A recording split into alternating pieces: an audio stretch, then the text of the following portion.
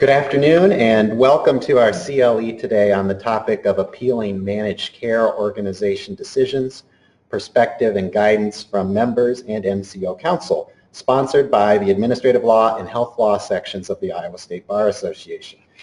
As a housekeeping matter preliminarily, the activity ID for claiming CLE credit for this, if you want to write that down now, is activity ID 240574, and it's activity ID 240574. We hope to leave time at the end of today's panel discussion for some questions as well, so please be thinking about those as our speakers are speaking, and you can ask your questions via the chat box on your dashboard, so please take advantage of that opportunity, and we'll then read those questions to the speakers at the end and be able to make this interactive as well. Also, you can access today's materials, the PowerPoint presentations, under handouts on your GoToWebinar. So my name is Sam Langholtz. I'm the administrator of the Administrative Hearings Division of the Iowa Department of Inspections and Appeals. I'm also a member of the Administrative Law Section Council, and I'm our moderator of our CLE today. I'm going to start, before I turn it over to our distinguished panelists, by sharing just a little bit of background to set our stage for the discussion of Medicaid appeals. And as I said, I lead the Administrative Hearings Division, which is Iowa's central panel administrative hearings agency, and our ALJs preside over contested cases for pretty much every state agency, but our largest proportion of our docket is from the Department of Human Services, and the largest portion of those cases are Medicaid cases. Medicaid, as many of you are familiar, is a joint federal and state-funded medical assistance entitlement program for eligible Iowans, primarily low-income children, families with children, disabled, and elderly individuals. As of August 30th of this year, just to give you some perspective of the universe of people we're dealing with, there were 422,183 individuals enrolled in Medicaid. The vast majority of those, 57% of them, were children, about 19% were disabled people, 16% were non-elderly adults, and 7% were the elderly. Historically, Medicaid's been a fee-for-service program run by a division of DHS called the Iowa Medicaid Enterprise, much like a traditional fee-for-service insurance program in the private marketplace. Claims and pre-authorization decisions were made by IME or its contractors, and individuals aggrieved by those decisions were entitled to an appeal and receive a hearing before an ALJ with our Administrative Hearings Division. Last year, the state began the process of moving to a managed care approach for Iowa's Medicaid program.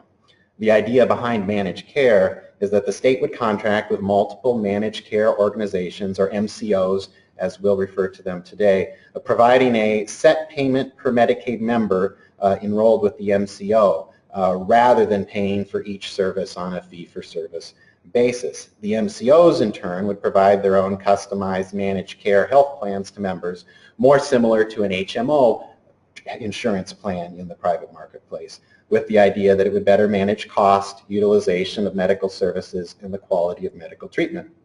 The state engaged in an RFP process to select its MCOs, and in August of 2015, DHS awarded 4 contracts to MCOs.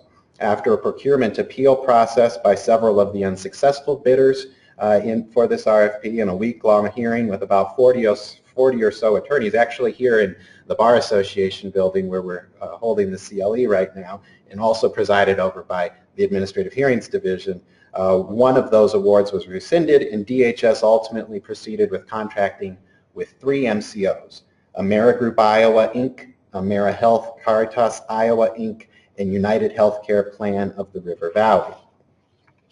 Medicaid ultimately then transitioned to managed care effective April 1st, 2016, which means we've been in this model now for just over 6 months.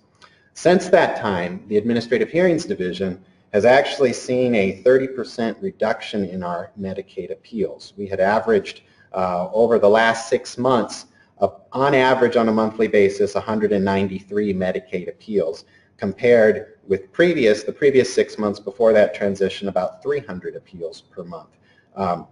Now that's the entire universe of Medicaid appeals, which is larger than just the MCO decisions. There's, in addition to the appeals we're going to talk about here, which are primarily managed care organization decisions, there's another universe of Medicaid appeals that we also hear that come out of decisions made by the Department of Human Services, including the initial Medicaid eligibility decisions, as also appeals related to the small number of people who remain in the fee-for-service Medicaid as opposed to transitioning over to the managed care organizations.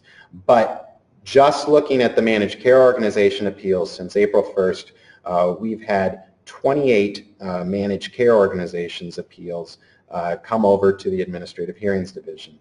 Of those, 17 of the appeals were ultimately have been closed. The remaining 11 are still pending with our division.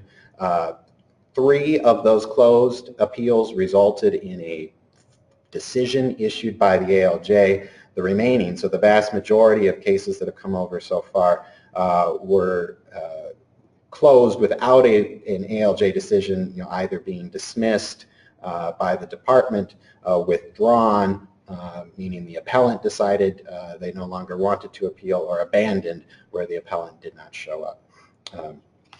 So that's the lay of the land as we start to see the managed care organization appeals, and we're joined today by 2 experienced attorneys in administrative law and Medicaid issues, Elizabeth Norris and Becky Bromwell. Elizabeth Norris is a senior staff attorney for Iowa Legal Aid. She's been with Iowa Legal Aid since 1999, representing low-income Iowans in various civil legal issues. Elizabeth handles public benefits cases, including Medicaid and other DHS programs, as well as unemployment and eviction hearings. She graduated from the University of Iowa College of Law and was admitted to the Iowa Bar in 1998. Becky Bromwell is a member of the Brown-Winnick Law Firm here in Des Moines. She represents clients from a variety of industries, including health law in the area of litigation and administrative law. Becky's handled contested case proceedings involving various agencies and boards in the state of Iowa. More recently, she's represented one of the managed care organizations in contested cases involving appeals by members. Becky's a frequent speaker on litigation and health-related topics and a graduate of Drake Law School and was admitted to the Iowa Bar in 2001. Elizabeth will be starting off our discussion today with the MCO appeal process, and then Becky will be taking over and will be focusing her discussion specifically on the, primarily on the state hearing process. So with that, I will turn it over to Elizabeth.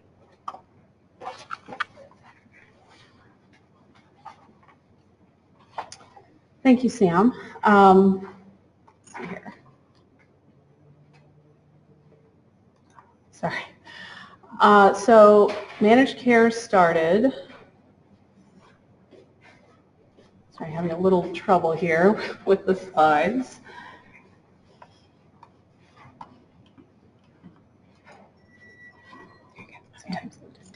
Thank you. Managed care started, as Sam mentioned, on April 1st. Initial eligibility determinations are still being made by DHS, so it's not as though every single aspect of Medicaid has switched over to managed care. And also, periodic redeterminations of eligibility are still being made by DHS. There are 3 MCOs in Iowa, as mentioned earlier. So once you've been determined eligible for Medicaid, the Medicaid member will be assigned to a managed care organization and then will be allowed to switch if they want to. Each MCO has its own statewide network of providers, and they also each have their own appeal procedure and grievance procedure.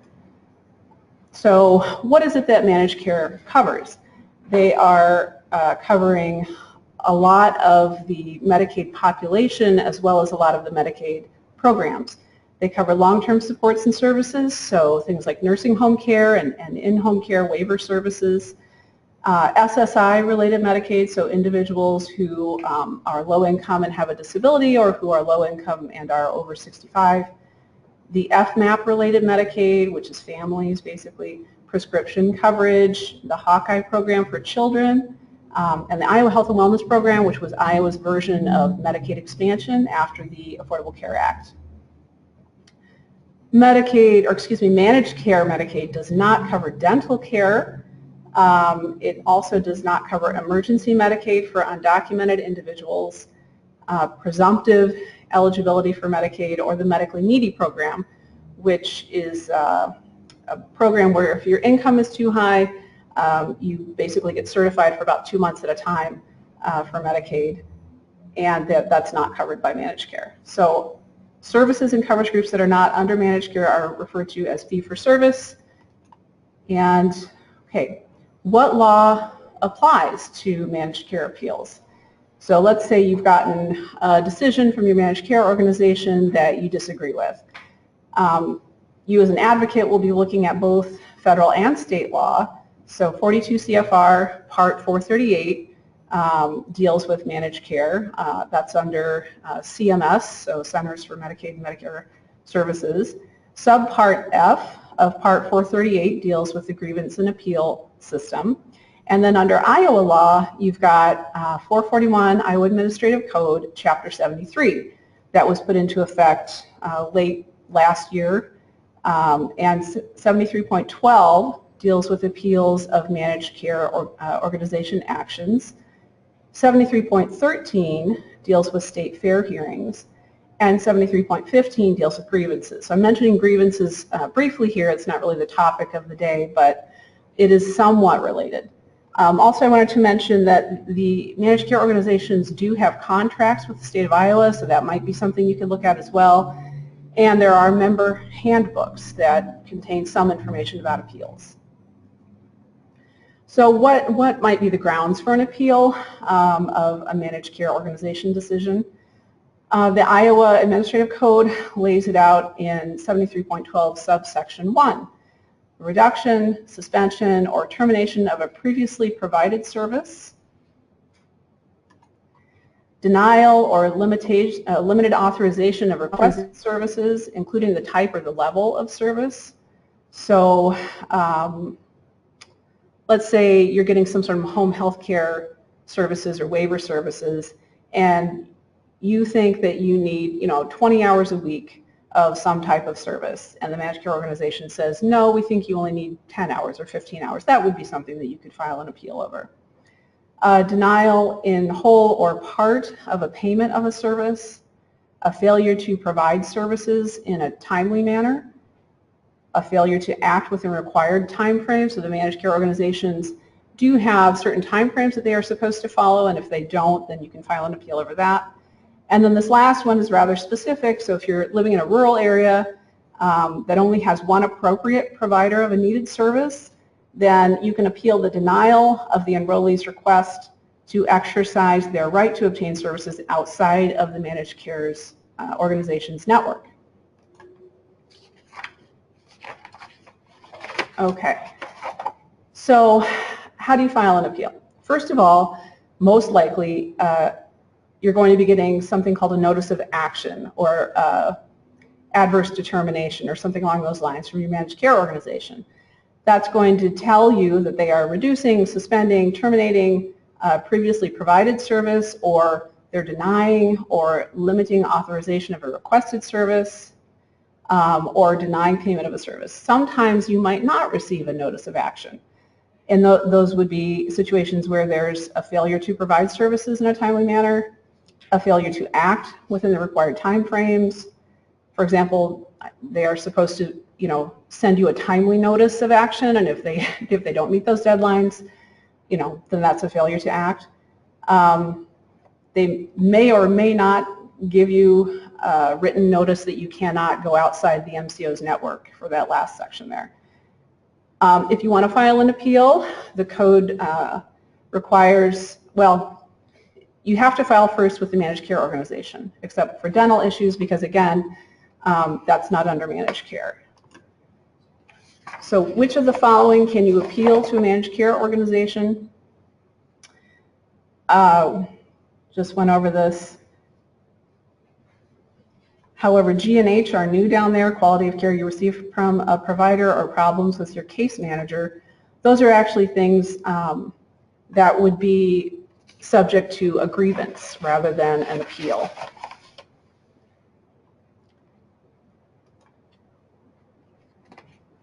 So let's go into a little bit of detail here about the appeal process as outlined in the Iowa Administrative Code. The appeal process that the managed care organization has in place must be approved by DHS, and it has to allow for the appeal request to be submitted verbally or in writing, and all of the member handbooks do allow that. If it is submitted verbally, then it has to be followed up with a written submission. The appeal procedure has to require acknowledgement of the member's request, or of the receipt of the member's request for an appeal within 3 working days of the receipt. It also has to allow for participation by the enrollee and the provider in the appeal process. It has to provide for resolution of non-expedited appeals to be concluded within 45 calendar days of the receipt of the request unless an extension is requested. And for expedited appeals, where the standard time period might seriously jeopardize the member's health or ability to maintain or regain maximum function, then within 3 business days of receipt of the notice, it's supposed to be resolved. It has to ensure that the review will be made by qualified professionals who were not involved with the original action, the original decision, and ensure that issuance of notice of decision after the appeal. So the managed care organization has to give a written notice of decision after the appeal.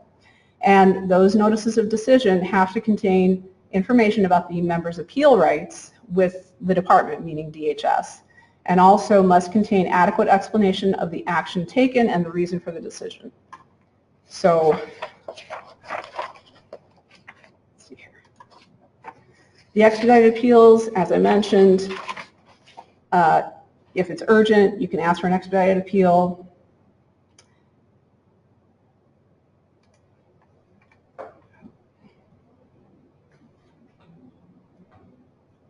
Okay. The grievances, on the other hand, are at 73.15 in the Iowa Administrative Code. So that's basically where you're complaining about some aspect of the service that you've been provided by the managed care organization that doesn't fall under an action, the definition of an action. So those can be communicated verbally or in writing, and the review has to, again, be conducted by someone other than the person or the persons involved in whatever it is that you're grieving. So who do you file with for a grievance, an appeal, and a state fair hearing? For a grievance, you file with the MCO. For an appeal, the initial appeal, you file with the MCO. And for the state fair hearing, you go to DHS. DHS has this summary of the appeal process for members, the grievance and appeal process for members on their website. It's a nice little PDF summary. And then also this is the DHS Iowa HealthLink website. If you are interested in going, there's a lot of information on there. There are links to all of the MCO member handbooks that you can get to on there. How long do you have to file an appeal? For AmeriHealth Caritas, it's 30 days. AmeriGroup is 90 days, and United Healthcare is 30 days. So the appeal has to be filed within that number of days from the date on the notice of action. Who is it that can file an appeal? The member obviously can file an appeal, but if it's a third party, the managed care organizations are requiring written permission from the Medicaid member. So if you're an attorney even, it appears that they're requiring that you get some sort of written permission from your client before you file the appeal and submit that with the appeal. Appeals can be filed orally, on the phone, but again have to be followed up with a written appeal. And again, if you want to help a client file an appeal on the phone, you should have the member, Medicaid member, with you on the phone when you do that. So do you have to file an appeal with the MCO, or can you skip straight to state fair hearing? It's really not clear from the state regulations. 73.12 does not explicitly require it, neither does Chapter 7, which governs DHS appeals. However, the new CFR final regulations seem to say that states have to require members to exhaust an MCO appeal first. So there were new regulations, enacted by CMS in May of this year. Some of them for the appeals and grievances don't necessarily go into effect right away, but that's where we're heading anyway. So the majority of rule is final as of July 5, but again, appeals not until July of 2017, as long as the state is currently in compliance with the corresponding standards that are already in effect in the CFR. So what does the new regulation say? Where is it that we're moving to? An enrollee can request a state fair hearing only after receiving notice that the MCO is uploading the adverse benefit determination. And farther on in 438.408, in the case of an MCO that fails to adhere to the notice and timing requirements in 438.408, the enrollee, which is the Medicaid member, is deemed to have exhausted the MCO's appeal process and then can initiate a state fair hearing. So again, if the MCO doesn't issue a notice of action at all, possibly, or doesn't make a decision on the appeal that you filed with the MCO in a timely manner, then the member under this regulation would be deemed to already have exhausted the requisite that they file an appeal with the MCO and can then file a request for state fair hearing.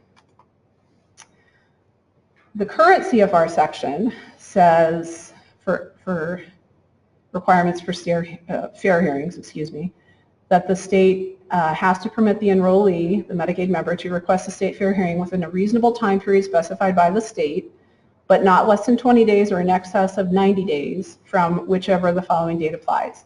If the state requires exhaustion of the MCO level appeal procedures, then it would be from the date of the MCO's notice of resolution. Or if the state does not require exhaustion of that procedure and appeals directly to the state, then it would be from the date on the MCO's notice of action. So again, it's unclear. I think I heard that maybe the contracts with the state, between the MCOs and the state, seem to require that members file an appeal with the MCO first. But again, I could not find that in the state regulations. Okay, so we already talked about the kinds of things that can be appealed. So what are problems that have been seen in other states that have gone to managed care for Medicaid?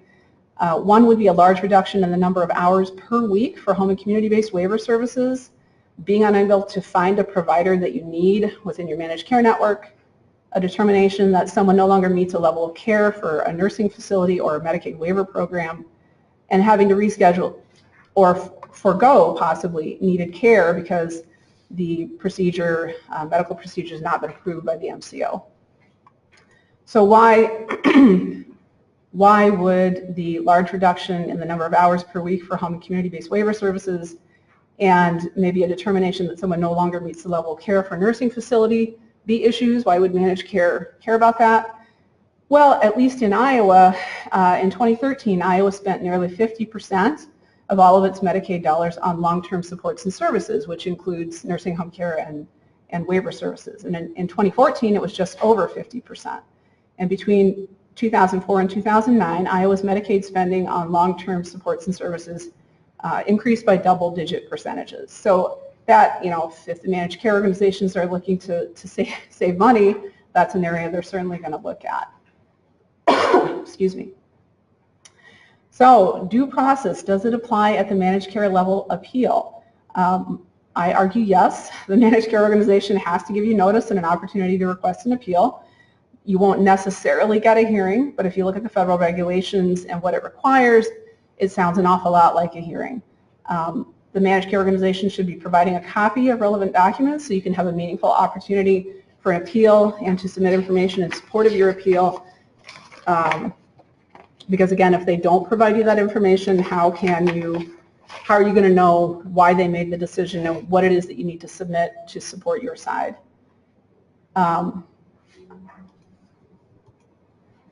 Sorry, going the wrong way here. So the new final federal regulations require at 438.406, in handling grievances and appeals, each MCO must give enrollees any reasonable assistance in completing the forms and taking other procedural steps related to grievance or appeal.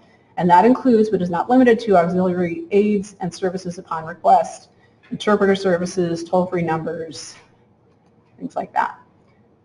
Special requirements: an MCO's process for handling enrollee grievances and appeals of adverse benefit determinations must, 1, acknowledge receipt of each grievance and appeal, and 2, ensure that the individuals who make decisions on grievances and appeals are individuals who, again, were not involved in any previous level of review or a subordinate of any such individual. They also must be people who, if deciding any of the following, A, B, and C, are individuals who have the appropriate clinical expertise as determined by the state in treating the enrollee's condition or disease. So A is appeal of a denial that's based on lack of medical necessity. B is a grievance regarding denial of expedited resolution of an appeal. And C is a grievance or appeal that involves clinical issues. And then thirdly, it must be someone who will take into account all comments, documents, records, and other information submitted by the enrollee or their representative without regard to whether or not that information was submitted or considered at the initial phase. So that's important because it requires the MCO to look at new information that had been a problem in other states, is my understanding. So again, at the MCO level appeal, the process has to provide that oral inquiries seeking to appeal an adverse benefit determination are treated as appeals. That must be confirmed in writing unless they request expedited resolution. They also have to provide the enrollee with a reasonable opportunity in person and in writing to present evidence and testimony, which again makes me think that it sounds an awful lot like a hearing, and to make legal and factual arguments. So the MCO has to inform the enrollee of the limited time that is available for this sufficiently in advance of the resolution time frame for the appeals, and in the case of an expedited resolution. So, excuse me, it also must provide the enrollee and his or her representative a copy of the case file, including medical records, other documents and records, and any new or additional evidence considered, relied upon, or generated by the MCO in connection with the appeal of the adverse benefit determination. Has to be provided free of charge and sufficiently in advance of the resolution timeframe for appeals. And it has to include as parties to the appeal the enrollee and his or her representative or the legal representative of a deceased enrollee's estate. Okay, so if the case is not resolved fully favorable to the Medicaid recipient at the MCO level appeal, then the notice must advise of the right to ask for a state fair hearing. And I believe my colleague is going to be speaking about that here in a little bit. The notice at the federal level, content of the notice of appeal resolution has to include the following: the results of the resolution process and the date it was completed. Again, for appeals that are not resolved wholly in favor, the right to request a state fair hearing, how to do it, right to request and receive benefits while the appeal is pending, and how to make that request, and that the enrollee may be held liable for the cost of those benefits if the ultimate decision that is made upholds the MCO's adverse benefit determination. Again, this bit here, I think my colleague's going to be discussing here in a little bit. What law applies to state fair hearings. Okay, for anticipated issues, I mentioned problems that have cropped up in other states. And we just talked about the fact that MCOs are supposed to continue benefits if the Medicaid member requests it. But advocacy programs, my understanding is that in other states they've run into problems with that happening. So remember, if you are helping a Medicaid member with an appeal, to advise them to take the appeal within 10 days, both to the MCO and then to the state fair hearing level, and to request continuing benefits. Other anticipated issues are Medicaid home and community-based services waiver assessments. There have been changes in that process. There's an annual assessment that's done. DHS put into effect a new assessment tool earlier this year for all of the Medicaid waiver programs. And they, for most of the waiver programs, have contracted with a company called Intelligent to do the assessments. It's a lengthy form, and it's going to be used not only to determine whether or not you meet the level of care, but also what types and what amount of services that person is going to be receiving. Also, potential anticipated issues are delays in care and denial of procedures because of prior authorization, or possibly no notice of action from the managed care organization, which will lead possibly to problems with filing an appeal. So is that true? No notice of action equals no appeal. Well, the rules, old and new, make clear that a verbal denial should be appealable. That's at 42 CFR 438.406 sub B sub 3. And the new rules make clear that an MCO's failure to provide adequate notice means that the internal appeal process is deemed to be exhausted, and the enrollee is then entitled to a state fair hearing. So that's also at 438.408 sub C sub 3. They also, the new managed care rules also specify that enrollees are entitled to a hearing when the plan fails to provide services in a timely manner. That's all I have. I hope I didn't go too quickly here. Thank you.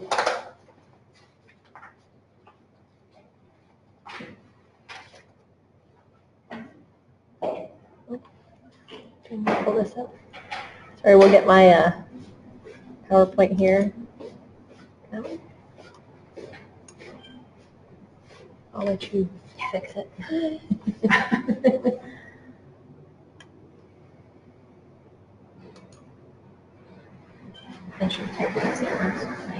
Yeah, you can just use paragraphs.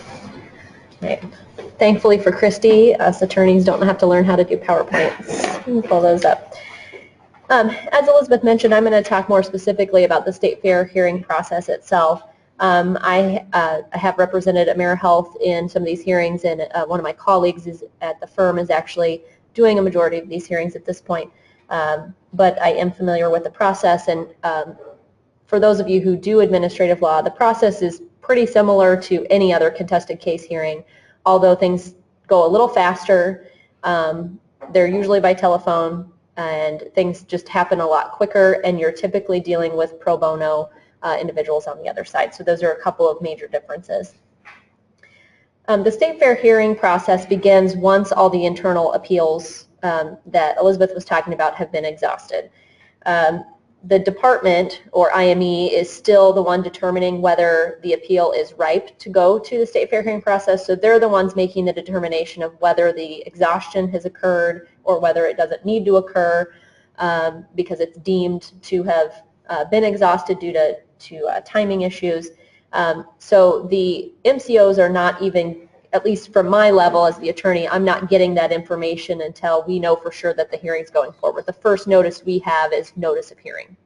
So we don't know exactly, what, in fact, if we don't see the decision, if we don't see the notice of hearing, we don't know that perhaps someone appealed to DHS and DHS told them you haven't exhausted, unless they then come back to us and try to finish exhausting the process. The state fair hearings, like all contested case hearings, do happen in front of an administrative law judge. They're typically via telephone. It's really the same process that was involved before. Really the only difference is instead of DHS being the one or IME individuals being the one to argue for upholding the denial, it is now a representative of the MCO, whether that's an attorney or a staff person at the MCO. So essentially the way I describe it is that the MCO has essentially stepped into the shoes of DHS to defend and support the decision that's been made on a particular issue.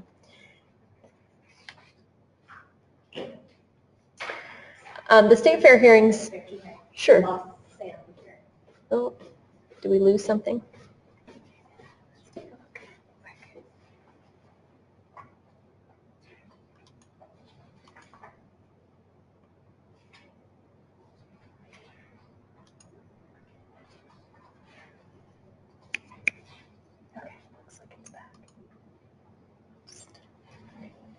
Sorry about that, I think we had a little technical difficulty.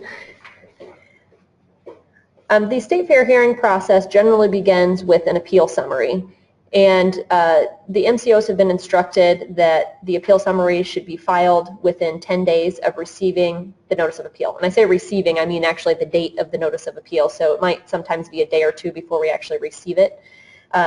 So the appeal summary has to be submitted. The department still does an appeal summary, but their appeal summary is limited to telling you whether or not the individual was eligible for Medicaid at the time. So they just confirm the person's Medicaid eligibility in their appeal summary. The MCO appeal summary, and I'm only speaking from my experience with AmeriHealth, I haven't seen how the other companies are preparing them, but what we do is we go through the entire history of the internal appeals process and lay out each decision that's been made, what has been submitted.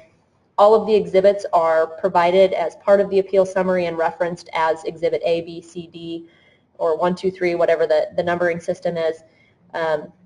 And so it is, depending on the situation, it can sometimes be a few pages, it can sometimes be longer than that if there's been additional documentation that's been submitted throughout the appeal process. The appeal summary is filed by the MCO on the AIS system, and if you're like me, before I stepped into the shoes of doing some things that DHS used to do, I didn't know there was an AIS system, because those of us that don't work on the government side don't have access to the AIS for filing. So it's a little bit different than what you might utilize for Iowa Courts Online, where all parties have access to it. The AIS system is really what the government piece, the government side does. So as an MCO, we have access to file things on the AIS because we're in the shoes of the government actor.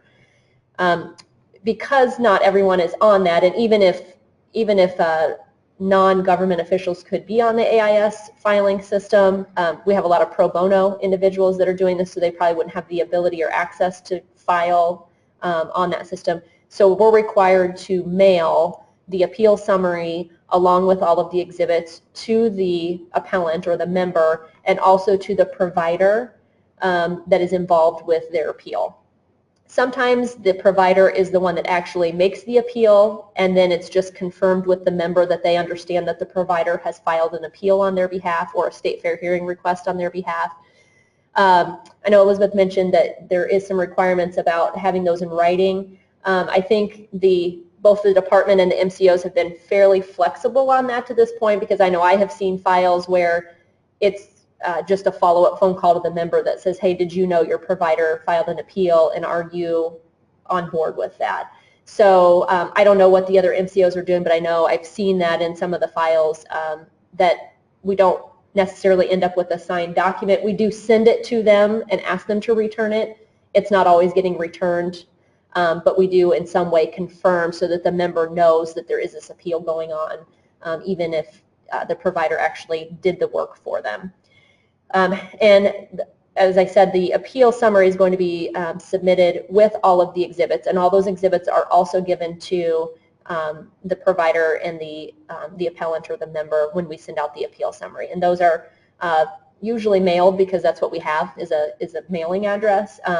You know, if we are contacted and somebody were to want them electronically, I think we could certainly accommodate.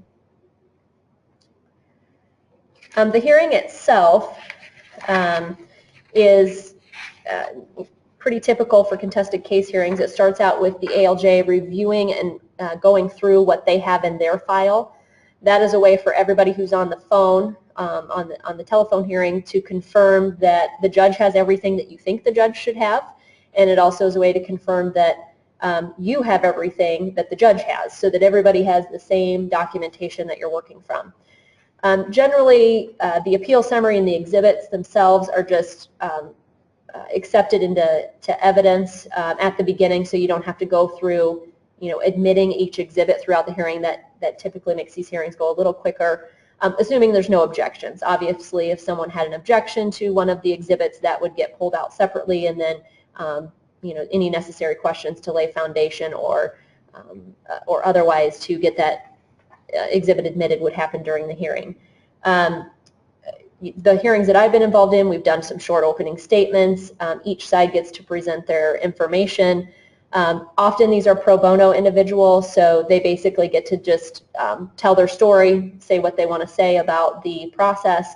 For the MCOs, how we've been handling it, and for AmeriHealth, I don't know if the other MCOs are handling it similarly, but because we have an attorney involved, we sort of do this typical question and answer scenario. We typically have one witness who is a representative of the MCO who can confirm that the appeal summary is correct, and then also be available to answer any questions and to provide any more insight to the way the decision was made.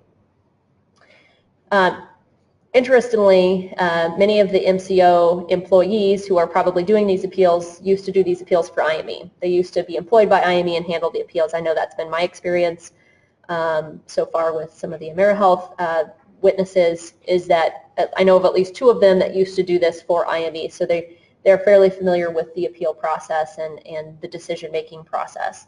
And then we typically will have some closing statements.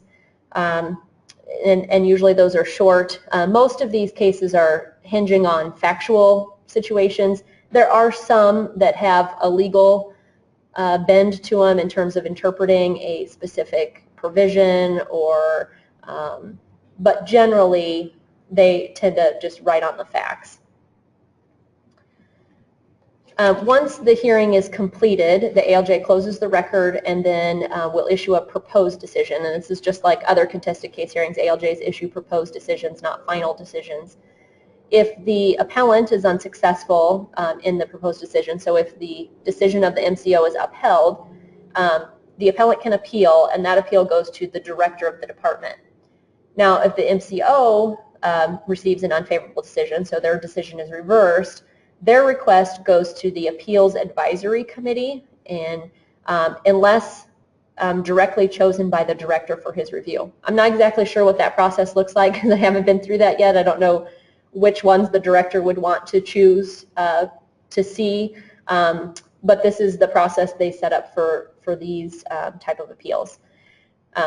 Appeals are due within 10 calendar days of the ALJ's signature on the proposed decision, so there'll always be a date before the ALJ's signature, and that's the date you go from, even though obviously these people are getting, the members are getting them by mail, so they're going to lose a couple of days in that process.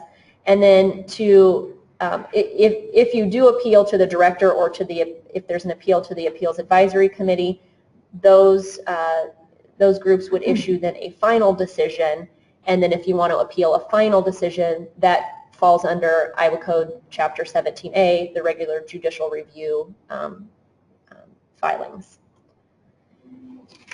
And I think Sam mentioned this in his intro, there's been a number of cases that get dismissed for no-shows, or what the ALJs refer to as abandonment. So what this means is there's a hearing set for an appointed date and time. The MCO shows up, but no one on behalf of the appellant, either the appellant or any of the provider for the appellant, nobody shows up on the other side. Generally how the ALJs have been handling this is that they will wait on the phone for 5 or 10 minutes to see if someone will show up late. If no one ultimately shows up within that 5 or 10 minute period, they make a short record indicating that they will issue a notice or order of dismissal due to abandonment of the appeal. Once that order is issued, the appellant still has 10 days to ask to reopen the record. The caveat to that is you have to show good cause for reopening the record. And the way that the rule described that was that to reopen it, you must have at least one sworn affidavit by someone else. So it can't just be you showing up, it can't just be the member showing up and saying, well, my kid I didn't have childcare today, or I lost the notice and couldn't find the phone number. You have to have someone with knowledge of each of the stated facts that you have. So for example, if a member had a doctor's appointment come up or an emergency come up, you would want to get medical records or something to show that, yes, during that time period you were seen at the doctor. So it needs to be an affidavit, and the good cause request must be accompanied by business records or acceptable documentation. So I think something like a medical record, if you had to go to the hospital, would be acceptable documentation. And like I said, it has to be from a disinterested third party that substantiates the claim. So I don't know that I've seen any of these happen yet, so I don't know exactly how the ALJs would decide this. My guess would be they'd be somewhat lenient to give these people an opportunity to state their case. But again, I haven't seen this yet. Usually when we've had the abandonment, that's kind of the last we hear of the situation. From my seat, I mean, obviously, we're the ones making decisions that many people aren't happy with, and so You know, I want to make sure that people understand that as a company, MCOs, at least what I'm familiar with, we understand that things can change between the time of the original submission and the hearing. So if there is new information that has occurred between the time of the original submission and the hearing, submit it. Get it to someone get it to your, whether it's your caseworker, whether you have your provider submit it. If the MCO has an attorney, get it to the attorney. Because it's important that obviously we know these things can happen, and sometimes that information can change the decision, and there may not be a need for a hearing. At least from my perspective, you know, we're happy to discuss and reconsider if there's new information that has changed the situation. So for example, when you get the decisions from the MCO, like the underlying internal decisions, it's going to say why, you know, it wasn't approved. And it might be something as simple as it's not approved because you haven't tried this other level of drug first, and you need to try this combination of drug first before we can then allow you to have the third level of drug. And if you, in that time period, have then went ahead and tried that drug and it didn't work, or you had adverse reactions, and your provider can submit information of that, that can completely change the decision, and now you may be eligible for approval for the service you've asked for. So I think it's important to remember that it is a continuing, you know, things don't freeze in time for people's medical situations, and we understand that. So if there is additional information that develops during that time period, submit it, preferably before the hearing, because nobody wants to try to be dealing with this over the phone.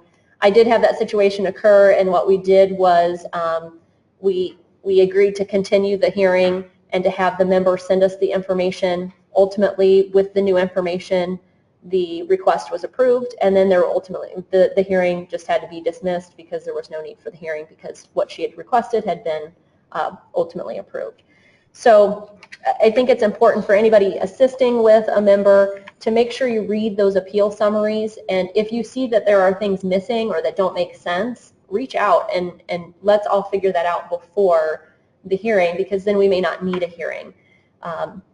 And I think it's also important to know that at least I know from AmeriHealth's perspective, they do send out letters to the provider during the internal appeal process saying, if you have any other medical records or documentation that you think may be helpful or related to this request, please send it to us, and here's where to send it. And that a similar letter also goes to the member. So they are reaching out to say, give us as much information as you have, because sometimes there is an information gap between the provider not getting it to someone, maybe the member thinks the provider sent it in and they didn't, or maybe new information has just not made its way to the MCO. So, you know, I think this is all a learning curve for a lot of people, and we all try to be patient with you know, this process. And so I think it's just important to remember that the process really hasn't changed. You're just dealing with different people on the other side of the process. And so, you know, if you can just treat it like any other contested case where you'd feel comfortable calling them up and saying, hey, you don't have all of the evidence that you should have. Let's have those discussions, because I think that will be a better outcome for everyone in the long run. All right, are we ready for questions? Thank you, Becky and Elizabeth, both for your presentations. We do have some time for questions now. We don't currently have any questions from out around the state online. So if you have a question, now is the time when we can take those questions from you using your chat box on your dashboard. While you're thinking of those questions, one piece of information that I wanted to add, you know, there was some discussion specifically with, I think Elizabeth was talking about appeals being denied and those decisions being made by the Department of Human Services. And that is an important point to make, and I think Becky talked about that as well, and that's Department of Human Services is deciding whether an appeal is premature, and those appeals that the Department of Human Services deny as being a premature appeal don't even come over to one of our ALJs to make those decisions. And the statistics I shared at the beginning of 28 appeals, those are the appeals that were considered to be timely appeals or appropriate appeals that got a fair hearing and then sent over to our division, to the Administrative Hearings Division. There's actually been a couple hundred more appeals that have come in to the Department of Human Services that have then been denied by DHS. One thing, if you would have a client that has that situation arise and believes that perhaps one of the exceptions that Elizabeth was talking about apply and that shouldn't have been denied, you do have a right to appeal the denial of the appeal, and that will come over to an ALJ.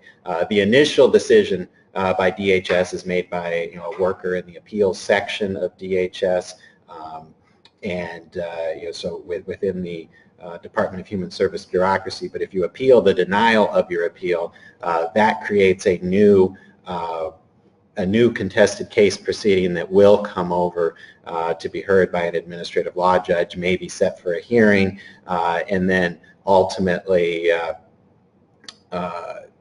a proposed decision would be reached. If DHS disagreed with that decision, they could appeal that up to the director, and it may or may not become the final decision. But that is an avenue that's available if you're thinking of exploring some of those issues of, is this appropriate to skip over the MCO process, or some other reason that this is appropriate to be an appeal right now. Looks like we do have a question that's come in. And I'm going to read the question, and then we'll see who might be the best person to address it. Is the member given the attorney contact of the MCO attorney, especially if they're requesting information that supported the MCO decision, or are these going to an out-of-state appeals department? And I think I'll toss that to Becky. Before doing so, I would also add, at this point, from the division, we are only seeing the MCO that Becky and her firm are representing having attorneys. The other two MCOs are not currently represented by attorneys, so there would be a different non-attorney MCO representative on their side. But I know from our perspective, we are in fact, with the appeal summary, it does have the worker's name, or the MCO representative it indicates that's who it's from, because they are ultimately the ones who can testify to that information and review it, and they will be the one that ends up being the witness. But it will come from our office with an address on it and contact information. So you can determine that there is an attorney involved, because it's going to be in an envelope from our office since it comes by mail. And frankly, I don't know if we include the email on there, but I think I think often we do include a cover letter with it, but I'm a little removed from the day-to-day on that. I know, it's certainly not too difficult to figure out, and I think if anybody called the Sam's department, they would be able to tell you, yes, AmeriHealth is being represented on this matter, and here's the attorney contact information. So if there was ever a question, that could be found out pretty easily.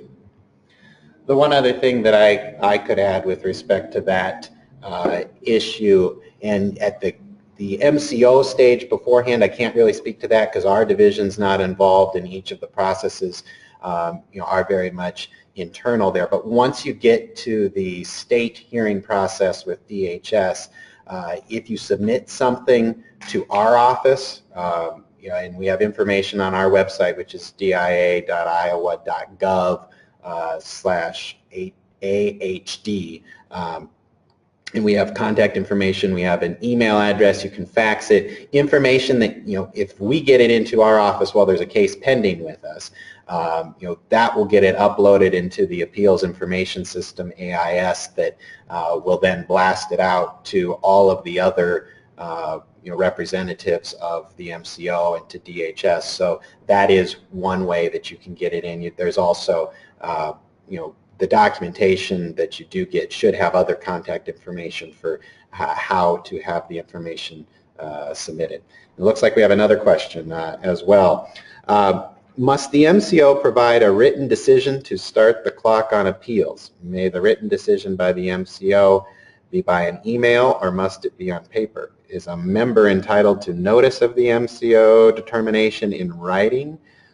Or in other words, is a MCO decision to limit the number of physical therapy sessions, or for example, an MCO decision to limit the number of physical therapy sessions a year? So a number of questions, but ultimately sort of related to the formality of the original MCO decision. You talked a little bit about that, Elizabeth. Do you want to address? Sure. So I think, ideally, they should be getting a written notice of decision on these issues. If they are only told over the phone, for example, you should, I think, count that as a notice of decision, albeit it's an oral notice of decision, and should feel free at that point to file an appeal. If the MCO rejects that appeal because there's been no notice of action or no action taken, I think at that point you could try a direct appeal to DHS and outline just the timeline of events. This person received a phone call from their MCO at this date saying that their physical therapy sessions were being limited to this number of visits per month or whatever, and they tried to file an appeal with the MCO. Here's a copy of that appeal, and then here's a copy of the MCO decision saying, nope, we're not giving you an appeal, and so now we're requesting a state fair hearing. A related question, Elizabeth, if you want to stay right up here, is if the MCO does not give written notice of an action, is this deemed exhausted? So can the member then jump to file an appeal, or do they need to file something with the MCO? I keep hearing on, the state's been holding hearings around the state where representatives of the MCOs come and talk, and they keep saying, call us, talk to us. We have these hotlines where you can call us and talk to us. We can escalate it internally. You don't have to file an appeal. So if you want to try that, you can certainly do that. However, if you want a paper trail, I would file a written appeal.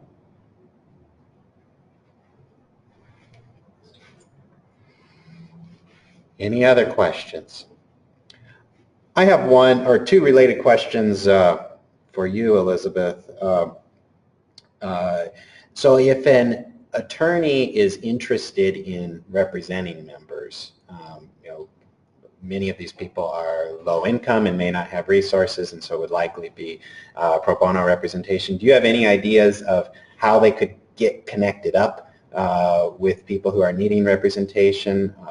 And then the flip side of that question is, if an attorney has a client who they're not able to help, they're not able to do so pro bono, or don't feel they have the knowledge, and want to refer them over to Iowa Legal Aid, how's the best way to do that, and what are the things that might trip somebody up from being able to get legal aid assistance?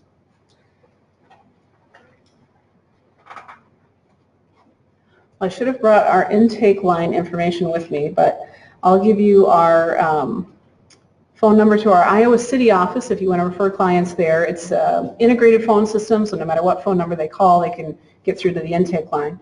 It's 1-800-272-0008. If you are interested in helping people with managed care appeals, you could certainly sign up with our Volunteer Lawyers Project and indicate that you are interested in that area of law, and I'm sure at some point we'll have people who we could refer on. So yeah, that's a great question. Thank you.